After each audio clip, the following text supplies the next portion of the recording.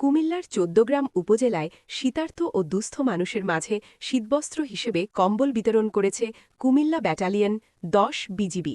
মঙ্গলবার ৬ জানুয়ারি কুমিল্লা ব্যাটালিয়নের ব্যবস্থাপনায় ১৪গ্রাম উপজেলার আমানগন্ডা আদর্শ উচ্চ বিদ্যালয় মাঠ প্রাঙ্গণে মোট ৬০০টি কম্বল বিতরণ করা হয়।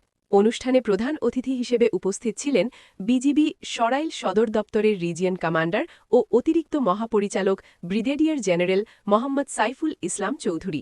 এই সময় আরও উপস্থিত ছিলেন Comilla sector commander Rakibul Hasan, Comilla battalion ১০ বিজিবির অধিনায়ক লেফটেন্যান্ট কর্নেল মীর আলী এজাজ সহ বিজিবির ঊর্ধ্বতন কর্মকর্তা, জেসিও ও বিভিন্ন পদমর্যাদার সদস্যরা।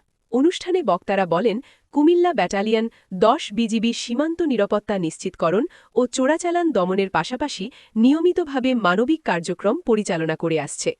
শীত মৌসুমে সীমান্তবর্তী এলাকার দরিদ্র ও দুস্থ মানুষের পাশে দাঁড়ানো বিজিবির মানবিক দায়িত্বেরই অংশ এই কম্বল বিতরণ কার্যক্রম। বক্তারা আরও বলেন, এ ধরনের মানবিক উদ্যোগের মাধ্যমে স্থানীয় জনগণের সঙ্গে বিজিবির পারস্পরিক বিশ্বাস ও আস্থার সম্পর্ক আরও সুদৃঢ় হবে। কম্বল পেয়ে শীতার্ত মানুষ বিজিবির প্রতি কৃতজ্ঞতা প্রকাশ করেন এবং ভবিষ্যতেও এই ধরনের মানবিক সহায়তা অব্যাহত রাখার আহ্বান জানান। এই শীতের মধ্যে যারা কষ্ট পাচ্ছে, গরিব মানুষ, তারা কিছু হইলেও আমরা তাদেরকে উপকারে আসবো আশা করি আমাদের এই প্রচেষ্টা। তো এটা আমাদের অন্যান্য সরাইল রিজিয়নের যে অন্যান্য সেক্টরগুলো আছে, কুমিল্লা, ময়মনসিংহ, শ্রীমঙ্গল এবং সিলেট, সবাই কিন্তু এরকমভাবে বিভিন্ন সীমান্তবর্তী এলাকাতে যেগুলোতে শীতের প্রকোপ বেশি, সেখানে আমরা একইভাবে কম্বল ডিস্ট্রিবিউশন করছি।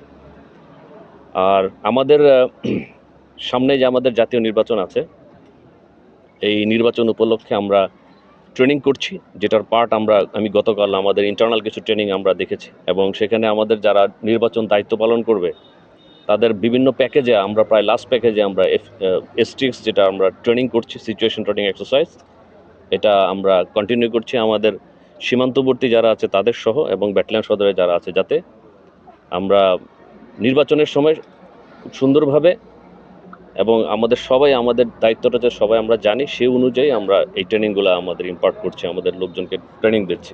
ইয়াবা এবং এই বিভিন্নভাবে নতুন নতুন মাদক আমাদের দেশে বিভিন্ন সময় আসে।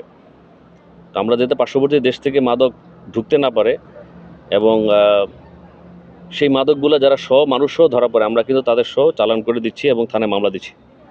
এবং মাদকের ব্যাপারে এবং অস্ত্রের ব্যাপারে এই দুইটা ব্যাপারে আমরা খুবই কনসার্ন থাকি। বিশেষ করে এটা আমাদের যুব সমাজকে ধ্বংস করে দিচ্ছে, শুধু ওই ব্যক্তিটাকে না, দেখা যাচ্ছে যে পরিবারের সবাইকে সে ধ্বংস করে দিচ্ছে মাদক যারা ইউজ করে।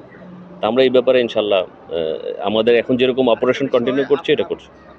আপনারা দেখছেন মেঘনা টিভি, সত্যের সন্ধানে সবসময়।